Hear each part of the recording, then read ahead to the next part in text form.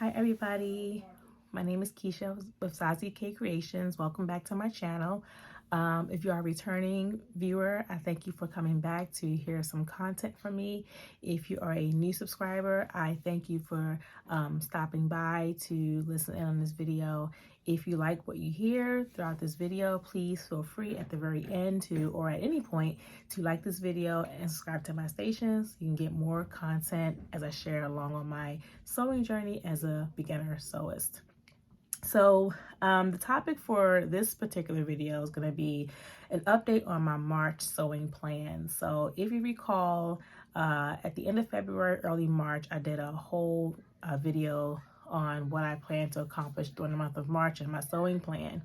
And I actually had 4 goals set out to get me through the month of March. I wanted to share just a little bit with you on how those plans went. So I do have some notes here so I don't forget anything and I don't leave out any really important details, but I'm going to begin to share that with you right now. So I'm going to share with you in the info card above the video I did talking about my March sewing plan, so you'll get more details into what I had planned to do. And in this video, I will just go over what I was able to accomplish in the month of March. The first goal I had was to definitely bring you all more YouTube content. I am a new YouTuber.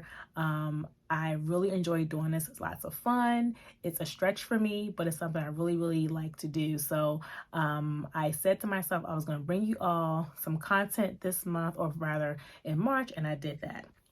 I did a video on a butterick pattern haul I did. And with that video, I shared not just the butterick pattern haul, but some good deals I got at Joann Fabric, where I was able to get some really good notions and just some really good deals on some things I'll need to carry me through March. And then that will also carry me into the month of April. I also did a really quick video on 6 quick steps to managing a sewing project. Very high level, just a couple of steps that I talk about as I went through one of my most recent makes. Just 6 really high level steps to take to help you manage your project from start to finish. So I will also include a link to that either below or in the info card above. And then this video here, it's a March recap. This is just a video where I'm going to share with you just what I did in the month of March. I wanted to bring you more content in March, but things happened and I just was not able to do as much as I really thought I was going to do or wanted to do. So this video here, again, is just going to kind of go over just where I am on some other goals for the month of March. The goals I set for the month of March and where I was able to make some speed on those goals. The second goal I had was to do some research on a special project. I had 2 people come to me in February asking for my assistance on 2 projects. I told you all before in that video that I have not done this before, the 2 things I was asked to do, and it was going to take me some research. So I was able to do a little bit of research on YouTube, but unfortunately I wasn't able to find as much as I thought I was going to find on YouTube. So I need to take some time and dig into my my sewing resources, my books, to get some more insight onto how I need to what I need to do for these special projects. I don't know if I'm going to take them on yet. I need to just figure out exactly what it will entail and see if I have the skill set to get it done. I probably can do it, but I just want to make sure that I'm not, you know, again, taking on more than what I can handle at a time. Since I am I'm a new sewist, so I just want to be careful about that. The third goal I had for the month of March was to work on my Sew It Academy course. And yes, I did do that. I'm very happy about that. I was able to get through 2 courses in the month of March. And those courses helped me to learn how to practice my concave and convex curves.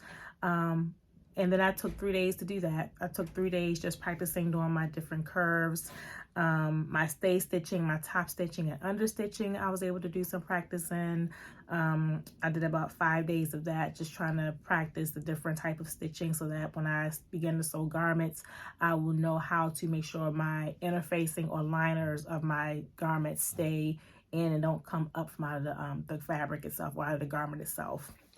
And then I also did some work on notching and clipping. Understanding how to notch and clip is really important because when you start to do curves, armholes and things of that nature, it's important to understand how to make sure that your armholes or whatever curve you're working on is flat. And to do that, you have to either do a notch or a clip. So I was able to practice how to do both of those techniques for garment making. And I also learned how to do circles. While I thought circles was going to be a little hard, it really wasn't that difficult at all. What I learned in doing a circle is basically you have to go very slow, at least at this stage, at this phase of my journey. I need to go very slow.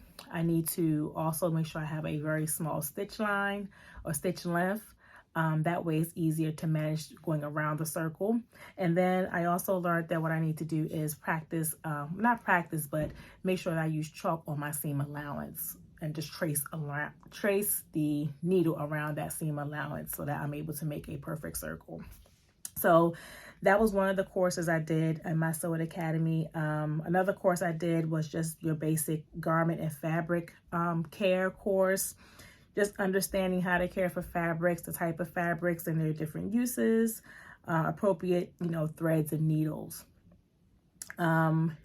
Caring for garments as well. I think I may have said that, but just understanding how to care for certain garments, your rayons, your chambray, your challis, your silk, and things of that nature.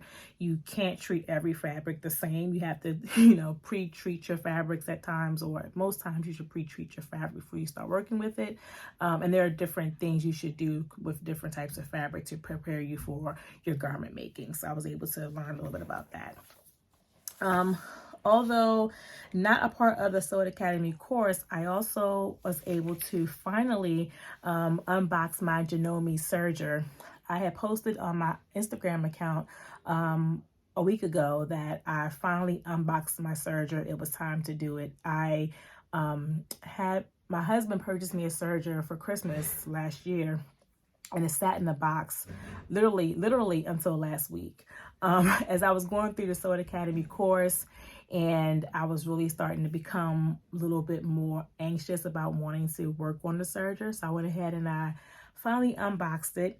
I can tell you now that what really made me intimidated about the serger, honestly, is because when I went online looking at how to use my serger, there was a particular model that kept coming up. It was the Brother 1034D.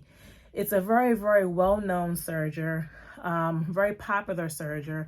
Many sewists, newbies and more advanced use this particular serger. And I could not find many videos on my Janome at all. And I started to feel like maybe I got the wrong one. Like it wasn't the one I should have gotten because there wasn't a lot of help out there learning how to use it. But I got the serger, and it's, I'm going to stretch myself and just learn how to use it. It was a gift. I appreciate it. I really wanted it because I wanted to start, working on garments this year. And I do know that using the serger is something that's really going to be helpful in making sure that my raw edges have a clean, professional finish to them. So I said to myself, I'm just going to go ahead, keep my Janome, and challenge myself and learn how to use it. So I did unbox it. I was able to read my manual, and I was able to learn how to do some basic stitching with my Janome.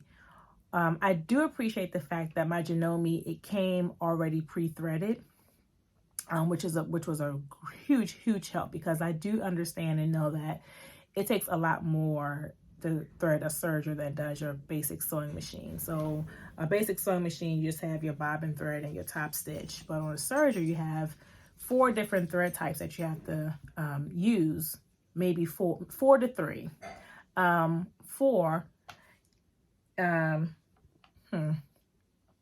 me get this right. So you can either use 3 or 4 threads on a serger, but regardless of how many you use, the lower looper thread is the one that seems to be the most challenging for most machines to thread. But I am grateful that this machine came threaded already with all 4. And not just that, I do understand that once the threads get low or I start to run out of my thread, there's a way I can attach the new cone to the existing cone to not have to worry about rethreading the entire machine. So that is a good thing. But I do want to learn how to like fully thread it. I was really tempted to take the lower looper thread out entirely and just go ahead and work on trying to rethread it myself. But because I have some things I want to do in April, I don't want to be frustrated and not being able to get that lower looper thread put back into the machine or threaded properly. So I just left it in. So in due time, I think I'll be in a position where I can just be comfortable enough to unthread and rethread the serger. But right now, I'm just grateful that I was able to unbox it. I was able to get through my manual. I was able to understand some of the different knobs on the machine, and then do some testing. And I will show you what I tested since it's sitting here in front of me. I brought this fabric here some time ago when I did some burping cloths for my godson. I had some scraps left over, but I went ahead and I just did this serge here. I'm not sure if you can see that. So this was my practice piece. I like how it came out. I don't know where the red was when I think I sewed the scraps together. Yeah.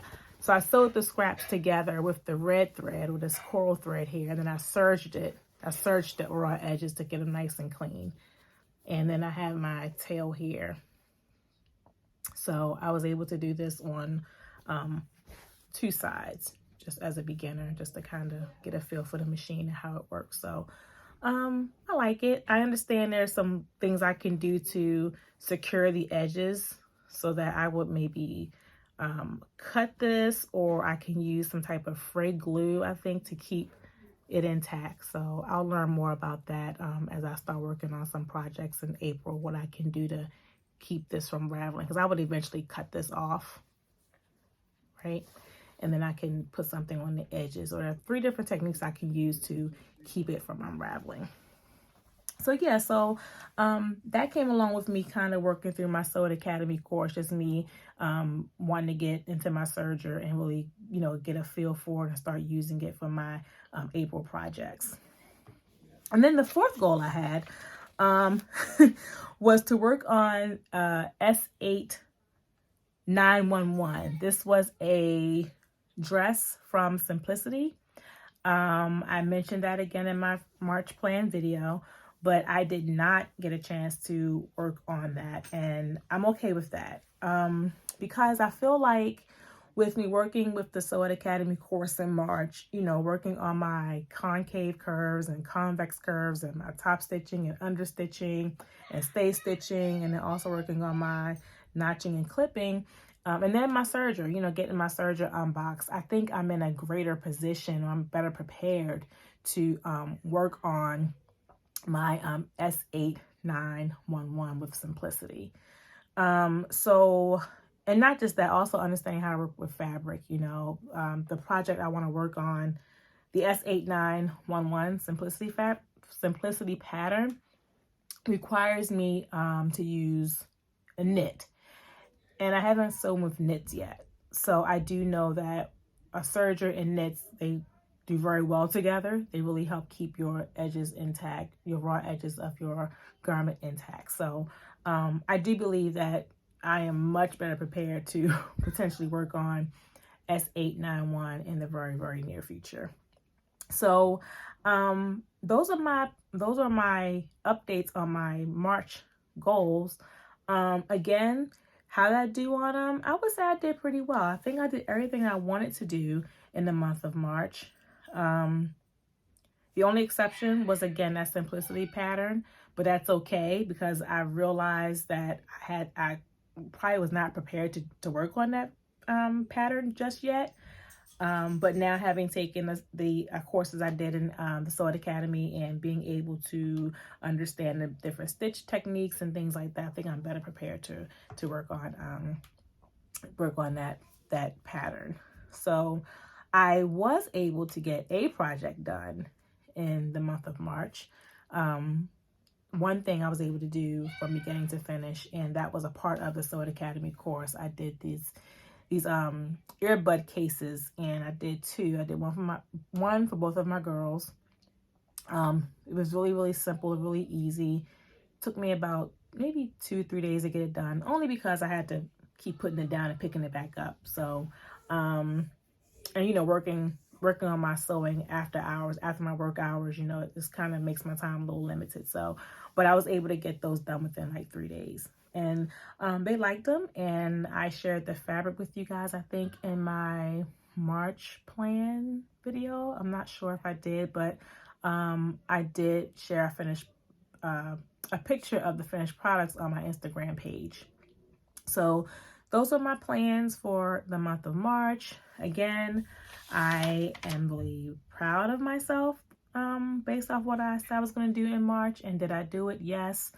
Again, I just did not work on the simplicity pattern. That's okay. I can pick that up in April or May. We'll see. I do have some other plans in April that I will come back in another video and share with you. But I want to make sure I had everything I need in place before I can start that project. So that is it for this video. And it's Sunday. It's family day. I had a great service today in church with my church family and my husband and my girls. So nice dinner tonight out with friends and family, and now it's time to go and have a little bit of family time at home. So I hope you all had a really great Sunday, and I hope you all have a really great week. And again, thank you for tuning in, and I will come back soon with an April video to share with you what I plan to do in April. So until then, God bless. Talk to you later. Bye.